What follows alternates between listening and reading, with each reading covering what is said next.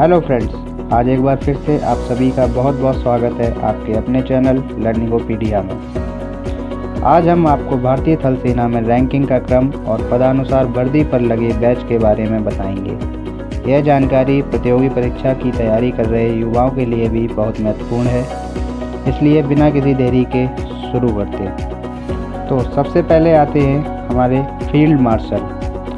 थल सेना में सबसे ऊंची रैंक फील्ड मार्शल की ही होती है।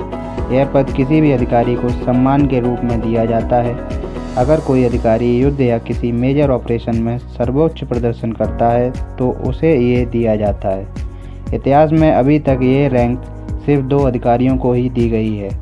KM करियप्पा और सैम मानेकशॉ का नाम इनमें शामिल है। इन अधिकारियों की वर्दी पर अशोक स्तंभ और एक कमल के पुष्पांजलि में सैबर क्रॉस लगी होती है। अब यह उपाधि किसी को नहीं दी जाती है। तो सबसे पहले शुरू करते हैं हम जनरल से। वर्तमान समय में भारतीय थल सेना के यह सबसे ऊंची रैंक होती है और इन्हें कमांडर इन चीफ भी कहा जाता है। जनरल रैंक के अधिकारी की वर्दी पर एक क्रॉस्ड बैटन, सैबर और एक स्टार के साथ अशोक स्तंभ लगा होता है। इन अधिकारियों को 3 साल के लिए नियुक्त किया जाता है और 62 साल की उम्र तक रिटायर हो जाते हैं। लेफ्टिनेंट जनरल की वर्दी पर अशोक स्तंभ के साथ बैटन और सैबर क्रॉस में लगी होती है। इस पद पर कमीशन सर्विस के द्वारा अधिकारी नियुक्त किया जाता है और रिटायरमेंट उम्र सीमा 60 वर्ष निर्धारित की गई है। अब आते हैं मेजर जनरल का पद भारतीय सेना में नेवी के रियर एडमिरल और एयरफोर्स के AVM की रैंक के बराबर होता है।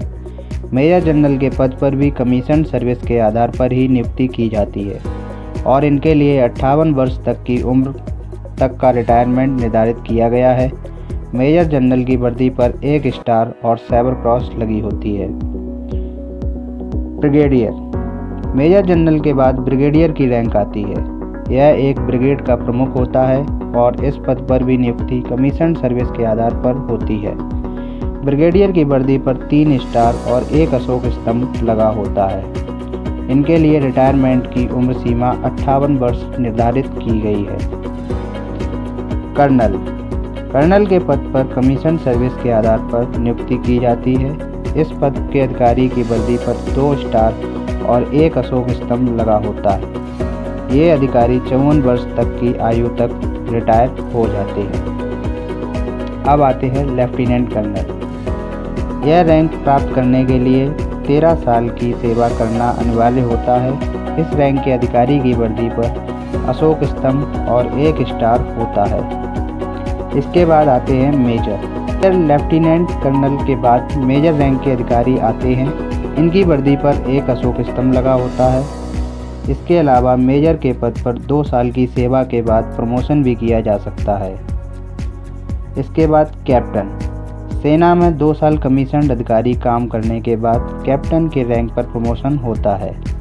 कैप्टन की वर्दी पर 3 स्टार लगे होते हैं। Number 9 lieutenant. भारतीय सेना में यह शुरुआती कमीशन रैंक होती है। IMA OTA officers training academy जैसी एकेडमियों में ट्रेनिंग के बाद पास आउट युवा लेफ्टिनेंट की रैंक पर ही आते हैं। लेफ्टिनेंट की वर्दी पर 2 स्टार लगे होते हैं। तो फ्रेंड्स, ये थे हमारे सारे कमीशन्ड ऑफिसर्स। अब हम बात करेंगे JCOs की, जो कि जूनियर कमीशन्ड ऑफिसर्स कहलाते हैं। इसमें 3 तरह की रैंक होती हैं। नंबर 1 सूबेदार मेजर, नंबर 2 सूबेदार एंड नंबर 3 नायब सूबेदार। तो सबसे पहले हम शुरू करते हैं सूबेदार मेजर से। सूबेदार मेजर या रिसलदार मेजर के वर्दी पर अशोक स्तंभ और स्ट्रिप या पट्टी लगी रहती है। इनकी रिटायरमेंट आयु 54 वर्ष या 34 वर्ष की सेवा जो भी पहले हो जाए निर्धारित की गई है। नंबर 2 सूबेदार या रिसलदार के वर्दी पर 2 5 बिंदुओं वाले सितारे और स्ट्रिप या पट्टी लगी रहती है। इनकी सेवानिवृत्ति की आयु 52 वर्ष या 30 वर्ष की सेवा जो भी पहले हो जाए निर्धारित की गई है। नेक्स्ट, नायब सूबेदार या नायब रिसलदार की वर्दी पर 5 बिंदुओं वाले सितारे और स्ट्रिप या पट्टी लगी होती है। इनकी सेवानिवृत्ति की आयु 52 वर्ष या 28 वर्ष की सेवा जो भी पहले हो जाए निर्धारित की गई है। तो फ्रेंड्स, ये थे हमारे JCOs। अब हम बात करेंगे NCOs की, जो कि होते हैं हमारे नॉन कमीशन ऑफिसर्स।